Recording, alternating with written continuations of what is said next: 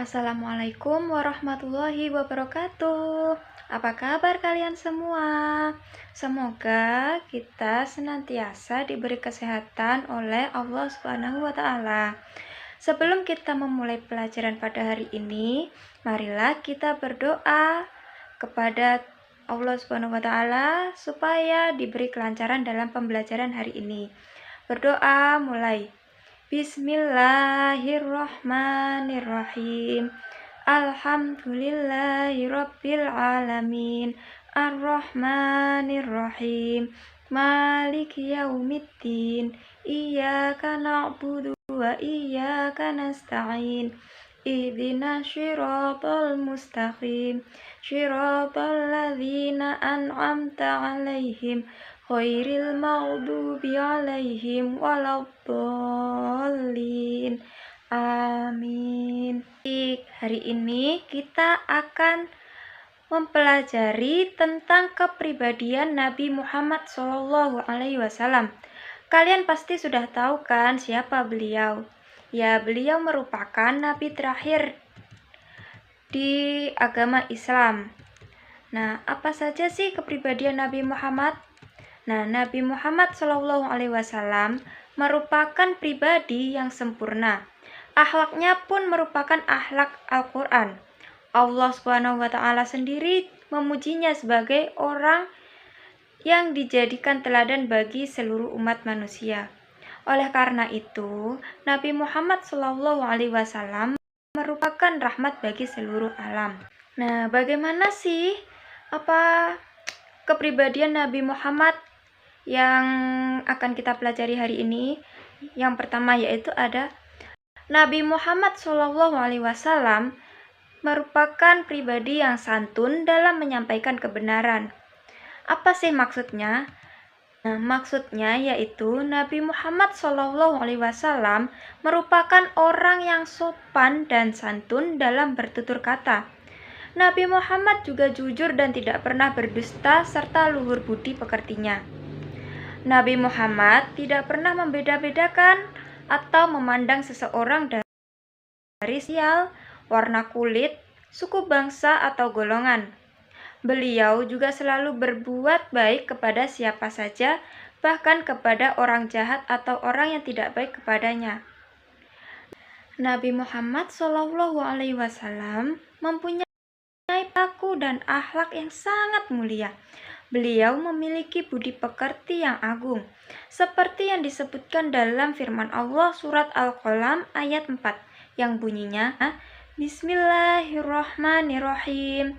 Wa innaka la'al khuluqin 'adzim.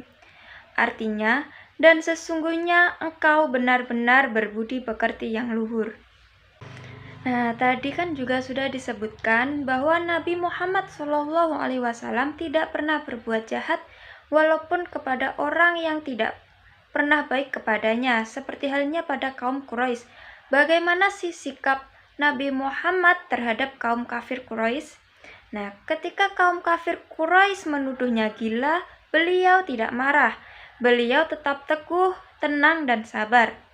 Beliau berhasil dalam berdakwah karena mampu menahan diri ketika menerima celaan dan makian dari kaum kafir Quraisy. Allah Subhanahu wa Ta'ala juga telah mengutamakan dan menyempurnakan sifat diri Nabi Muhammad SAW, sehingga beliau pantas menjadi teladan semua umat manusia. Nabi Muhammad SAW telah terbiasa santun dalam menyampaikan kebenaran. Nah, dari yang tadi saya jelaskan, apa sih yang dapat kita teladani dari kepribadian Nabi Muhammad? Nah, yang pertama yaitu ada santun dalam berbicara. Nah, santun dalam berbicara ini merupakan sikap dari Nabi Muhammad yang selalu mengedepankan kefasihan dan keindahan. Tidak berbicara spontan namun penuh dengan persiapan. Nabi Muhammad SAW juga terkenal sebagai orang yang paling fasih bahasanya, baik ucapannya dan teratur penjelasannya. Bagaimana sih kita menerapkan sikap santun dalam berbicara dalam kehidupan sehari-hari? Contohnya yaitu kita tidak boleh berkata kasar kepada orang tua. Kita harus bersikap sopan dan santun kepada orang tua ataupun kepada orang yang lebih tua dari kita. Untuk sikap yang kita teladani dari Nabi Muhammad SAW yaitu santun dalam perbuatan. Nah, Nabi Muhammad SAW selalu mengajarkan agar kita bersikap santun terhadap sesama, saling menghormati dan mengasihi. Beliau mengajarkan kepada kita untuk memperbanyak sedekah dan membantu terhadap orang yang mengalami kesulitan serta peduli terhadap penderitaan anak yatim piatu, para janda yang lemah, dan orang-orang miskin. Nah, bagaimana kita melakukan sikap Nabi Muhammad kepada kehidupan kita sehari-hari, yaitu yang dalam santun dalam perbuatan. Nah, kita harus selalu menghormati dan menghargai setiap orang yang ada di sekitar kita. Contoh sederhananya, kita tidak boleh membeda-bedakan teman. Entah itu teman kita ada yang kulitnya hitam, kulit putih, miskin, ataupun kaya. Yang ketiga yaitu santun dalam pengambilan keputusan. Nah, dalam mengambil keputusan, Nabi Muhammad SAW berpegang teguh pada petunjuk Allah Subhanahu wa Ta'ala. Beliau tidak pernah salah dalam menentukan sikap karena beliau adalah orang yang bijaksana dalam segala hal. Yang keempat yaitu santun ketika berhadapan dengan orang yang membencinya. Nah, meskipun Nabi Muhammad selalu dihina, dicemooh, dicaci maki, dan dianggap sebagai orang gila, sehingga dilempari kotoran, berulang kali ingin dibunuh, namun beliau tetap pemaaf, tidak pernah ada dendam dalam diri beliau. Nah, kita itu juga tidak boleh memendam perasaan iri, dendam, dengki kepada orang sekitar kita, karena itu semua adalah perbuatan yang sangat tercela. Nah, selain sikap-sikap Nabi Muhammad yang tadi saya jelaskan, berikutnya yaitu ada sifat mulia yang wajib dimiliki oleh Nabi Muhammad. Yang pertama yaitu ada sidik. Nabi Muhammad memiliki sifat yang jujur dan benar dalam setiap kata dan perbuatannya, sehingga Nabi Muhammad mustahil bersifat kizib yang berarti berdusta. Nah, contoh dalam kegiatan sehari-hari apa saja? Kita tidak boleh mengingkari janji. Mengingkari janji sama saja dengan perbuatan yang berdusta. Terus kita juga harus berkata jujur kepada setiap orang. Nah, yang berikutnya yaitu amanah. Amanah artinya dapat terpercaya. Nah, jika satu urusan diserahkan kepada Nabi Muhammad, niscaya orang percaya bahwa urusan itu akan dilaksanakan dengan sebaik-baiknya. Oleh karena itu, masyarakat Mekah memberi gelar kepada Nabi Muhammad dengan gelar Al-Amin yang jujur dan terpercaya. Jauh sebelum beliau diangkat jadi seorang rasul, Nabi Muhammad SAW mustahil bersifat khianat yang artinya mengkhianati amanah yang dipercayakan kepadanya. Nah, dari sifat yang pertama dan kedua ini saling berhubungan. Nah, yang pertama kan artinya jujur. Nah, kalau kita jujur, kita juga akan dipercaya oleh semua orang. Sifat yang ketiga yaitu ada tablik. Tablik artinya menyampaikan. Seorang nabi dan rasul berkewajiban menyampaikan dan larangan dari Allah Subhanahu wa Ta'ala. Maka mustahil bersifat atau menyembunyikan pesan Allah. Yang terakhir yaitu ada fatonah, artinya bijaksana dan cerdas. Mustahil bagi seorang rasul itu bersifat baladah atau berikutnya yaitu apa sih tugas dari Nabi Muhammad SAW sebagai rahmat bagi seluruh alam? Nah, yang pertama yaitu ada sifat syahidan, yaitu menjadi saksi bagi seluruh umat di hadapan Allah Subhanahu wa Ta'ala di akhir kelak atau di hari akhir kelak.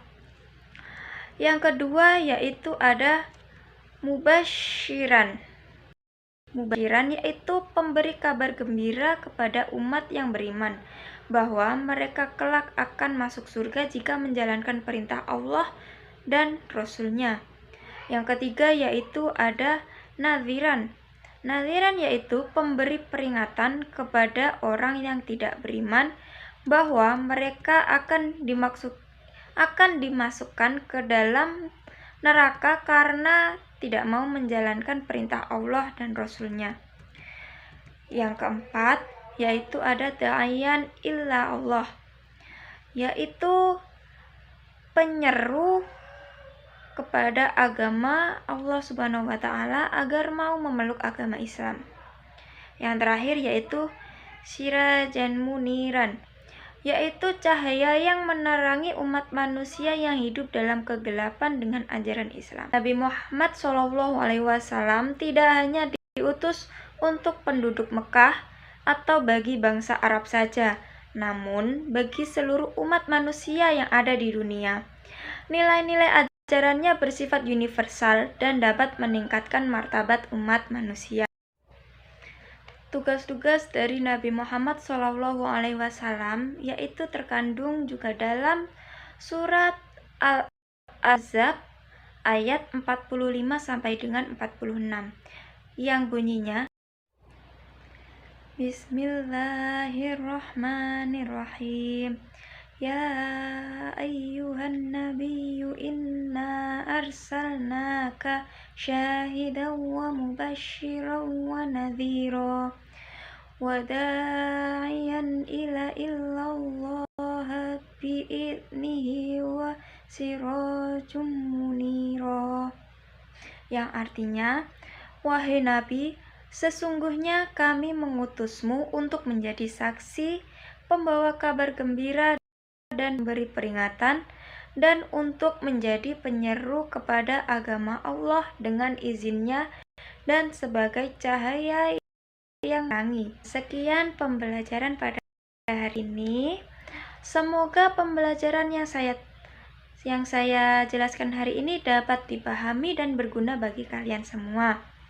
Mohon maaf apabila ada salah kata ataupun penyebutan. Wabillahi taufiq wal hidayah. Wassalamualaikum warahmatullahi wabarakatuh.